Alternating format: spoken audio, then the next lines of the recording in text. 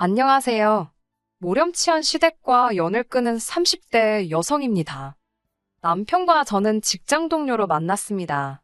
남편은 주변의 사람이 늘 끊이지 않을 만큼 다정하고 자상한 사람이지요. 남편이나 저나 좋은 게 좋은 거라고 둥글둥글 넘어가는 성격이다 보니 큰 소동이나 다툼 없이 2년을 연애했습니다. 이후로 많은 사람들의 축복 속에서 부부의 연을 맺게 되었네요. 남편의 부모님, 그러니까 시부모님은 두 분 다 건강하십니다. 아버님께서는 중소기업을 다니시다가 은퇴하시고 지금은 아르바이트처럼 유명 식당의 주차장 관리 일을 하고 계세요. 어머님께서는 일평생 전업주부로 사셨고요. 남편의 형제 관계로는 위로 나이 많은 신우가 한 명 있어요.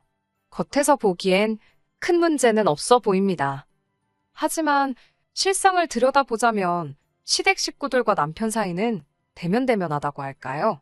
속에 있는 이야기는 잘 안 하는 눈치고 남편 말로는 정도 없다고 하더라고요. 그래도 지금은 남편이 돈도 잘 벌고 어머니께 용돈도 드려서 그런지 시어머니가 남편을 챙기려는 흉내는 내세요. 남편도 어찌됐건 자기를 낳아주신 부모님이니 도리는 하겠다는 생각이고요. 그도 그럴 것이 남편이 말하길 어려서부터 신우만 끼고 도는 어머님 때문에 어지간히 차별당하며 자랐답니다. 어머님께선 남편보다 5살 많은 그 신우를 나중에 음대 교수로 만든답시고 원래도 그렇게 재산이 있는 집은 아니었는데 있는 재산 없는 재산 다 끌어다 과외시켜서 대학 보내고 대학원에 해외 유학까지 보내고 돈을 말 그대로 쏟아 부으셨다네요. 하지만 막상 남편이 대학 갈 나이가 되니까 어머님께선 집에 돈이 하나도 없다고 먹고 죽을래도 없다고 말 그대로 죽는 소리를 하시더랍니다. 물론 그렇다고 해서 남편한테 대놓고 대학을 가지 말라고 하신 건 아니셨다지만 걸핏하면 공부 잘하는 애들이 세상에 널리고 널렸는데 너가 그런 애들하고 경쟁해서 어떻게 이기겠냐며 무시하는 이야기를 해대셨으니 어린 남편에게 얼마나 상처가 됐겠어요? 결국 남편은 등록금이고 뭐고 알아서 하겠다며 도끼를 품고 말 그대로 이를 갈며 공부를 했답니다. 그리고는 서울에 있는 대학에 붙었대요. 하지만 산 넘어 산이라고 등록금 내야지. 생활비 마련해야 하지. 뭐하나 쉬운 일이 없더래요. 결국 군대까지 다녀오니 대학교 졸업하는데 거의 8년 걸렸다고요. 이렇게 남편이 자기 인생을 헤쳐나가는 동안 신우도 한국에 들어왔답니다. 어머님은 이제 신우 인생에 말 그대로 꽃길만 있을 줄 아셨던 모양이에요. 하지만 음대 교수가 쉬운 일은 아니잖아요. 무엇보다 이제 돈도 하나 없었던 시댁에서 계속해서 신우 뒷바라지를 해줄 수도 없었겠지요. 저희 신우를 직접 보시면 아시겠지만 키도 늘씬하고 예쁩니다. 남편 말로는 젊어서는 더 예뻤다고 하더라고요. 그래서 동네 선배들한테 인기도 많고 가끔 집 앞에 찾아와서 만나달라고 우는 사람도 있었답니다. 그래서인지 어머님께선 언젠가부터 교수 같은 거 안 해도 그만이다. 연예인을 시킬지 고민 중이다. 돈 많은 집에 시집가서 사모님 소리 듣고 살 팔짱가 보다. 그런 식으로 말씀을 하고 다니셨대요. 그리고 실제로 한국에 들어온 지 2년 만에 신우는 결혼을 했습니다. 부모가 중소기업을 한다는, 그리고 그 사업을 물려받을 거라는 남자를 만나서 정말 못만 갔지요. 그런데 그런 신우가 이혼을 했습니다. 저희가 결혼하고 얼마 지나지 않았을 때였어요. 정확한 이혼 사유는 모르지만 조카는 신우가 키우기로 했다는데 위자료며 양육비며 한 푼도 못 받게 된 모양이더라고요. 졸지에 갓난아기를 데리고 이혼녀가 된 신우는 갈 곳이 없었기에 결국 시댁으로 들어와서 살게 되었습니다. 솔직히 신우의 사정이 안타깝긴 했지만 신우가 어디에 가서 살든 저희가 관심을 가질 필요도 왈가왈부할 문제도 아니었지요. 하지만 부모된 입장인 시부모님께선 그런 신우가 안타까워서 죽으려고 하셨어요. 처음에 제가 인사드리러 갔을 때도 당신 딸이 얼마나 잘났고 그래서 얼마나 시집도 잘 갔는지 모른다며 한마디로 딸에 대한 자부심에 목숨을 건 양반이셨습니다. 그래서인지 신우가 쫓겨나듯 이혼을 한 걸 아시고는 말 그대로 기절초풍을 하셨네요. 하지만 그렇다고 해서 시어머니도 그렇고 시아버지도 그렇고 딱히 신우를 도와줄 만한 방법을 갖고 계시진 않았어요. 저희에게 자세히 말씀은 안 하셨지만 정황상 신우에게 이혼의 책임이 있었던 모양이더라고요. 아무튼 신우가 시부모님과 합가한 지 3개월쯤 지났을 때였습니다. 어머님 생신이라서 시댁에 모두 모이게 되었지요. 결혼하고 처음 챙겨드리는 어머님 생신이었기에 잘해드리고 싶었습니다. 솔직히 말씀드리자면 그때만 해도 착한 며느리, 좋은 며느리로 어머님 눈에 들고 싶었거든요. 저는 친정부모님과 사이가 너무 좋은데 남편은 시부모님과 그렇지 못했으니 저 속이 말이 아니겠구나 싶어서 제가 중간에서 다리가 되어주고 싶은 마음이 있었지요. 전날 미역국은 미리 끓여두었고 갈비찜하고 잡채도 데우기만 하면 되는 상황이었어요. 시댁에 도착해 생일상 준비를 하는데 신우는 어딜 갔는지 보이지 않더라고요. 그래도 본인 어머니 생신인데 금방 나타나겠지 생각하고 크게 신경 쓰지 않았어요. 조카를 안고 계시던 어머님은 제가 하는 것들이 뭔가 못마땅하신지 계속 부엌 앞을 서성이며 혀를 차셨습니다. 구체적으로라도 뭐가 잘못되었다고 확실히 지적을 해주시면 좋은데 밑도 끝도 없이 안목이 없다. 손끝이 야무지지가 못하다. 그런 식으로 이야기를 하시니 속도 상하고 그런데 남편이 다 듣고 있었던 모양이에요.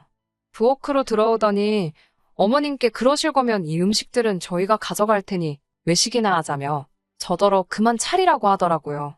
그러자 어머님께서도 시애미가 그런 소리도 못하냐며 사부치곤 다시 거실로 돌아가셨습니다. 그리고는 상차림이 끝날 때까지 남편이 옆에서 저를 도와주었지요. 어느덧 상을 다 차리고 수저를 놓고 있는데 신우가 작은 방에서 나오더라고요. 부스스한 머리에 잠옷차림. 아무리 그래도 그렇지 남동생도 오고 올케도 오는데 저럴 수가 있나 싶어서 어이가 없더라고요. 그래도 제가 뭐라고 할 군번이 못 되잖아요. 꾹 참고 앉아서 식사하시라고 그랬지요. 신우가 케이크 정도는 준비해놓지 않았을까 생각하다 혹시 몰라서 저희가 하나 사갔는데 꼬락서니를 보아하니 사가길 잘했다 싶더라고요. 그렇게 생크림 케이크도 식탁에 올렸는데 어머님께서 네 신우는 생크림을 안 먹는답니다. 아니 어머님 생신이지 신우 생일도 아니고. 그러자 남편이 그럼 저희가 가져가겠다며 바로 다시 상자에 집어넣더라고요. 그러자 어머님께선 아무리 그래도 초는 불어야 할 거 아니냐고 네 조카가 초 부는 거 좋아한답니다. 남편은 걔가 초 불면 케이크에 침 다 튀는데 그거 더러워서 누가 먹냐고 안 된다고 하더라고요. 그러자 어머님도 당신이 한 소리가 있어서 더는 말씀도 못하시고 너 마음대로 해라 그러시더라고요. 식사를 시작했는데 애가 얼마나 나분거리는지 어머님께서 식사를 거의 못하고 계셨습니다. 신우는 막말로 자기 엄마 생일에 자기 자식인데도 하나 신경도 안 쓰고 자기 밥 먹느라 정신 없더라고요. 보다 못한 제가 어머님께 제가 아이를 볼 테니 식사를 하시라 했습니다. 어머님도 고맙다 하시면서 애를 저에게 넘겨주셨어요. 정말이지 여기까진 아무런 문제도 없었습니다. 그런데 아무래도 제가 애를 안고 있다 보니 식사하기가 수월하지 않더라고요. 남편이 보다 안 되겠던지 3일 싸서 제 입에 넣어주었어요. 어른들도 계시고 민망해서 하지 말라고 눈치를 줬지만 남편은 개의치 않고 한 번 더 쌈을 싸서 제 입에 넣어주었습니다. 그런데 그때 신우가 갑자기 소리를 지르더라고요.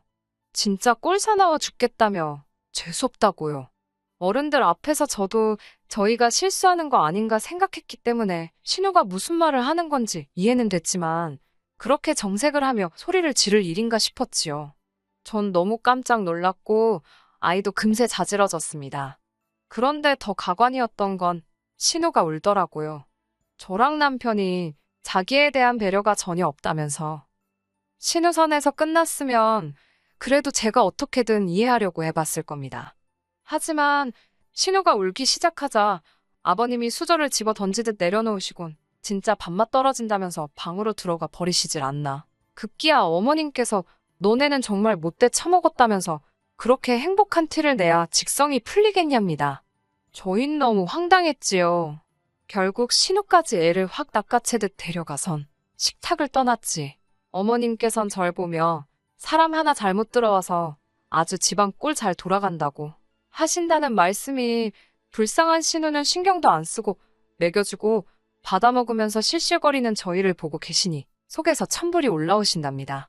그러면서 저희 꼴도 보기 싫다고 당장 나가라고 하시더라고요. 생일 주인공이신 분이 내쫓는데 달리 방법이 있겠어요? 남편도 얼빠진 얼굴로 신우의 뒷모습을 보다 어머님을 쳐다보더니 한숨을 내쉬곤 저더러 집에 가자고 하더라고요. 가라는데 뭐하러 버티고 있냐고요. 그렇게 현관을 나서는데 어머님께서 죄송했다 빌지는 못할 망정 지 잘났다고 나가는 꼴 좀 보라며 뒤통수에다 또 한바탕 쏟아내시더라고요. 어쩌라는 건가 싶어서 남편을 슬쩍 쳐다봤는데 남편 얼굴이 울그락불그락. 제가 위로랍시고 한마디 해봤자 별 도움도 안 되겠다 싶어서 남편 손만 꼭 잡아줬습니다. 그렇게 한 달 정도의 시간이 흘렀을까요? 사실 어머님께 몇 번이고 연락을 드려볼까 생각도 했지만 남편이 절대로 하지 말라고 하더라고요. 아니나 다를까 어머님께서 먼저 연락을 해오셨습니다. 제가 전화를 받으니 대뜸 괘씸하다면서 그러고 가놓고 연락 한 통도 안 하는 게 말이 되냐입니다. 쫓아내셔서 쫓겨난 건데 저희 잘못이라 하니 뭐라고 할 말이 없더라고요. 그래도 어쩌겠어요. 몇 번이고 죄송하다 말씀드리고 무슨 일로 연락을 주신 건지 조심스레 여쭈었지요. 그러자 어머님께선 당신이 기니 할 이야기가 있으니 남편에겐 말하지 말고 집으로 오라셨습니다. 무슨 이야기를 하려고 부르시나 싶어 불안하기도 했고 걱정도 되었지만 어떻게든 좋은 쪽으로 이끌어내서 시댁 식구들과 저희 부부 사이를 원만하게 만들 수 있으면 좋겠다고 생각하며 시댁에 가게 되었어요. 시댁에 도착하니 어머님만 계셨던 게 아니고 아버님과 신우도 있더라고요.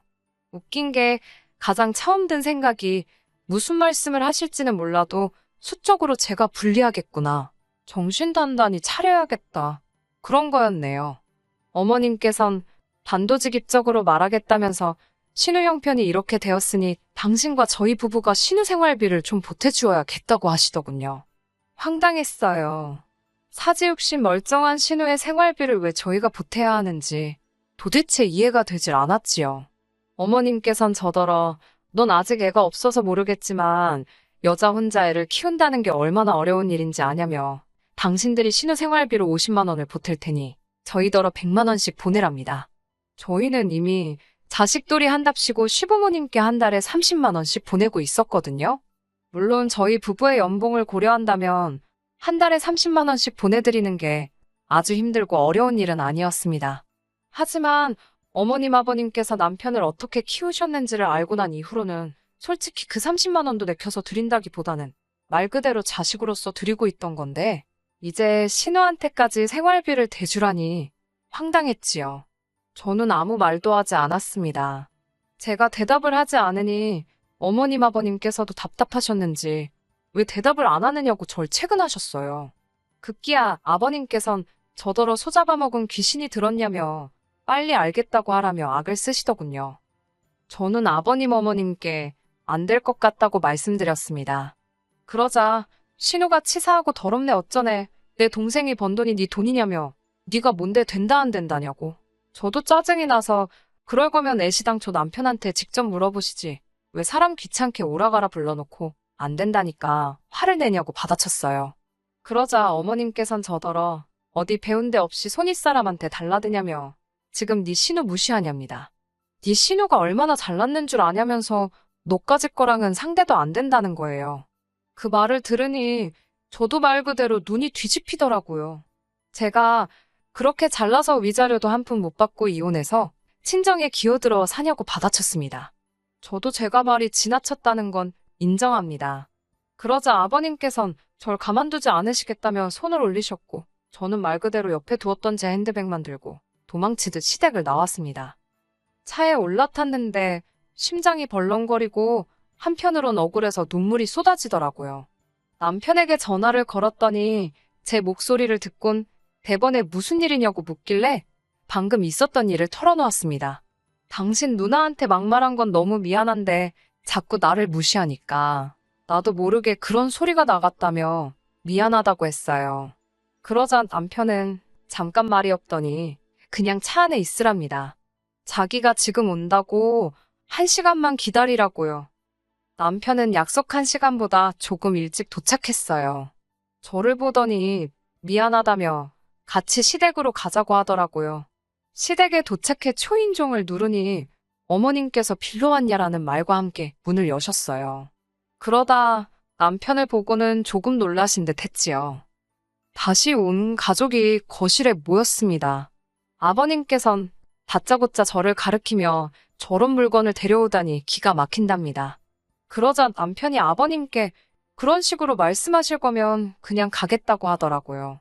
어머님께서도 아버님께 가만히 좀 있어 보라며 아버님을 진정시키셨어요. 남편은 대뜸 그래서 총 해달라는 게 얼마냐고 어머님께 묻는 게 아니겠어요. 전 솔직히 좀 당황스러웠습니다. 늘 제 편인 줄만 알았던 남편도 결국엔 어쩔 수 없구나.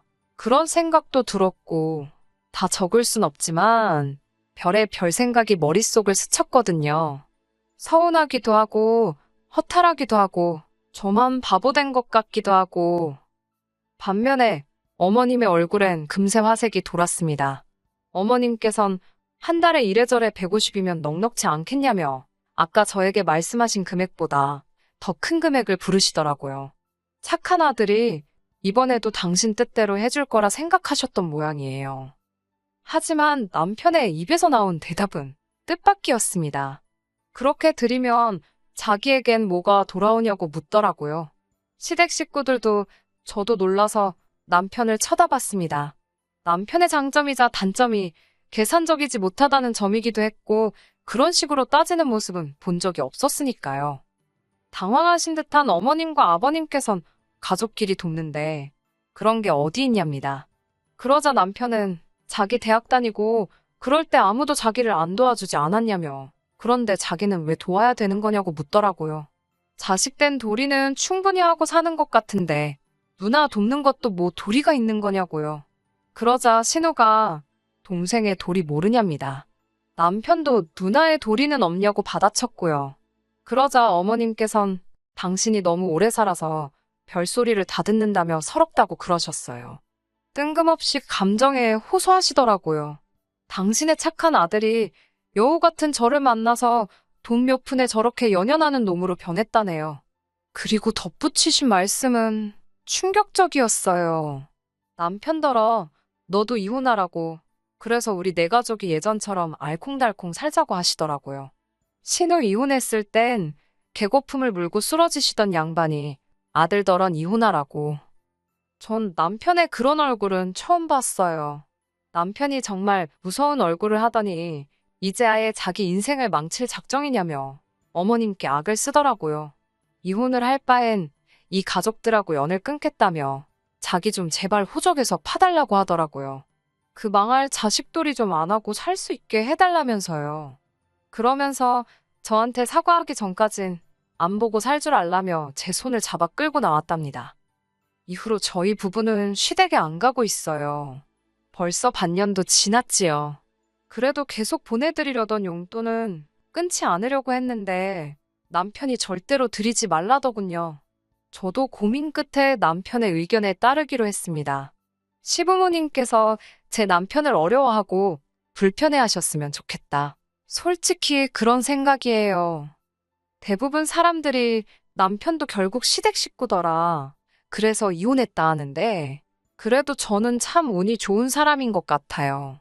앞으로도 지금처럼 남편이 제 편이 되어주고 제가 남편의 편이 되어준다면 어렵고 힘든 일은 없겠지요? 시부모님이나 신우를 생각하면 안쓰럽고 안타까운 마음이 들긴 하지만 멋대로 나서지 않으려고요. 제가 지금 지켜주어야 할 건 제 남편이니까요. 끝까지 들어주셔서 감사합니다. 오늘의 사연은 여기까지입니다. 구독과 좋아요, 알람 설정 부탁드리고 더 좋은 사연으로 다시 찾아뵙겠습니다. 감사합니다.